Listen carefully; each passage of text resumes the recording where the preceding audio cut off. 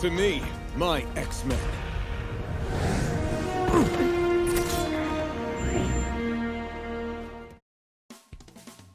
Oh, last night I watched the first 2 episodes of X-Men 97, and I just wanted to give my thoughts about it. I love the hell out of it. Down from the intro, which is almost shot for shot, although they did mix up some of the positions of X-Men. First off, I believe they started off with, they did have Cyclops, but then there was also Storm, but usually it's Cyclops, Wolverine. Either way, I love this. Now to the tone of this. Yes, this is a children's show, although with 97, I don't feel that. I feel like this is more adult, especially in episode 2 when Cyclops faces off against an adversary. The adversary really giving it to him, causing him to bleed. This is a lot more in depth into, and also, yes, a lot more in depth on the public and also some people's disdain for mutants. But let's bring it back. Let's bring it back. Episode 1 intro was absolutely amazing. I had to stare at that skip cutscene or skip intro bar like, what are you doing? No. We don't skip this. This is my childhood. If you're gonna do it right. And they absolutely did it right. Now, one thing that happened to throw me off maybe just a little bit, and this is just a small critique of, if anything else, would probably have to be the animation. Now, I came into it, it's like, okay, the animation is not from what I remembered, but it absolutely worked the show. Of course, they're going to do something different because this is, albeit the same X-Men, a different show. And I absolutely loved just the X-Men just standing in a room talking to each other. Just the X-Men in the kitchen and Gambit just trying to get underneath Cyclops' skin. It's just, I feel like that's what I like about the Marvel movies now. Not so much like the superhero antics. I want to see these people with the amazing powers and amazing abilities just talk to each other, just be around each other, vibe off each other, talking about the world that they live in. You don't have to fling a fireball around. Just tell me how you're feeling. How are you dealing with being in this world that there are a lot of people against you? And you really feel that, especially in episode 2. The speech that Magneto gave was chilling. But Magneto never lied. And really thought that he might actually catch that body. But changing his ways, and he didn't. And that shows character development within Magneto.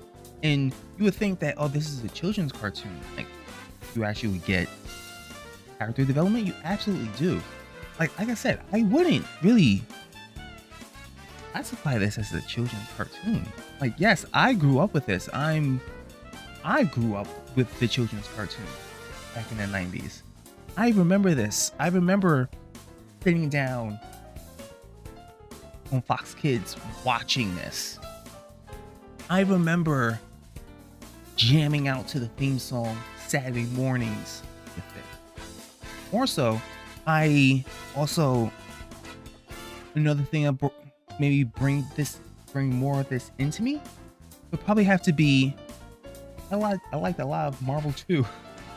I played a lot of Cable in Marvel 2. And that fighting game mixed with the TV show really, really resonated with me. Makes the X-Men probably one of the best teams in Marvel, if not of all time for me. It's the show is so good. And if you haven't seen it yet, you're doing yourself a disservice. Please, you need to go see this.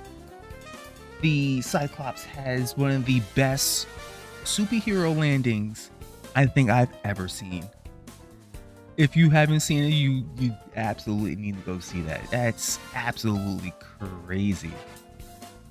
Storm commanding the room of everywhere that she's in. When Cyclops tells her, all right, give him the forecast. And the Sentinels say, Omega threat detected. You actually felt, oh, the Sentinels are screwed. They don't know who they're messing with. They're messing with the mistress of the weather goddess. Seen as a goddess within her tribe. It's sent chills down my spine. Like I said before, I was a little maybe off-put about maybe the animation for it. Also, I felt like some of the voices felt a little off, but as I continued to watch it, it felt more at home. It's different from what I'm used to, but different is not always bad. It's different, but I like that difference. I'm able to witness the nostalgia that I have in this, but this is more than just nostalgia. This is like the pride and joy. I've seen people who made this, the blood, sweat, and tears that they poured into the show, and it's only the first 2 episodes. I just watching the X-Men fight together, doing dual attacks, brings a smile to my face. As watching this as an adult, I turned into a kid all over again. I turned into a kid. I loved it. How can you not love it? The X-Men.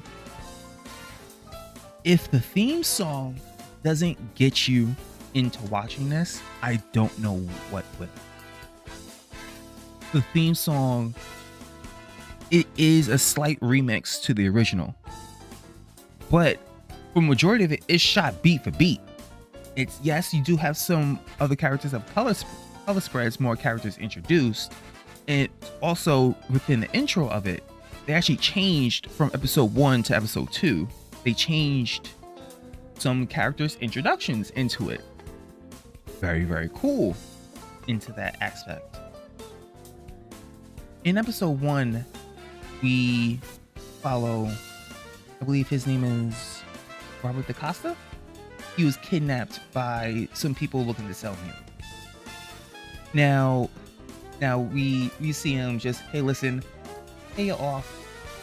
Don't worry, let me go. He's like, oh no, we're not letting you go. We're getting his bag. And then Storm enters the room, lightning just. If you don't surrender, that's just foolish of you. She's comes in through the ceiling, flinging lightning at you. What choice do you have? This, all right, lay down your arm. Later, come to find out that Professor X has unfortunately passed, and not through his own volition. Setting up the world like that, yes, it was through a TV announcement, but it's still, I feel, still natural moment. And going through the episode on how Cyclops is actually going to lead the team without Professor X by his side. Going on to episode 2, where the whole majority of the episode, Magneto is being put on trial for all of the atrocities that he's done. And I did not expect Petrala Magneto to be so soon within it. But hey, listen, different or good, and I love it. The outcome of that episode was very shocking, and I'm only looking forward to seeing how this series goes more. This X-Men, it identifies something within me. This is excellent. This is how you bring back a older TV series without making it feel forced, making it feel like, oh, this is old, this is corny, no one's gonna watch this. No, everybody needs to watch this. This is how you bring back a older episode, older series, paying homage to the kids who watched this, like myself, back in the day, and now we're adults, and now I get to geek out all over again watching X-Men. Watching Morph transform into Psylocke, fighting, I'm gonna call them purifiers because that's what they are, if anything, is absolutely crazy. I didn't know Morph had that type of power set where if he could transform into another mutant, he gains their abilities. Cool. Didn't know that. I might be wrong. I might be completely wrong. Still love the show. And even though I only reviewed the first 2 episodes, if this is going to continue throughout the entire series, I only can see how meteoric rise this TV show is going to get later on. Future. Amazing.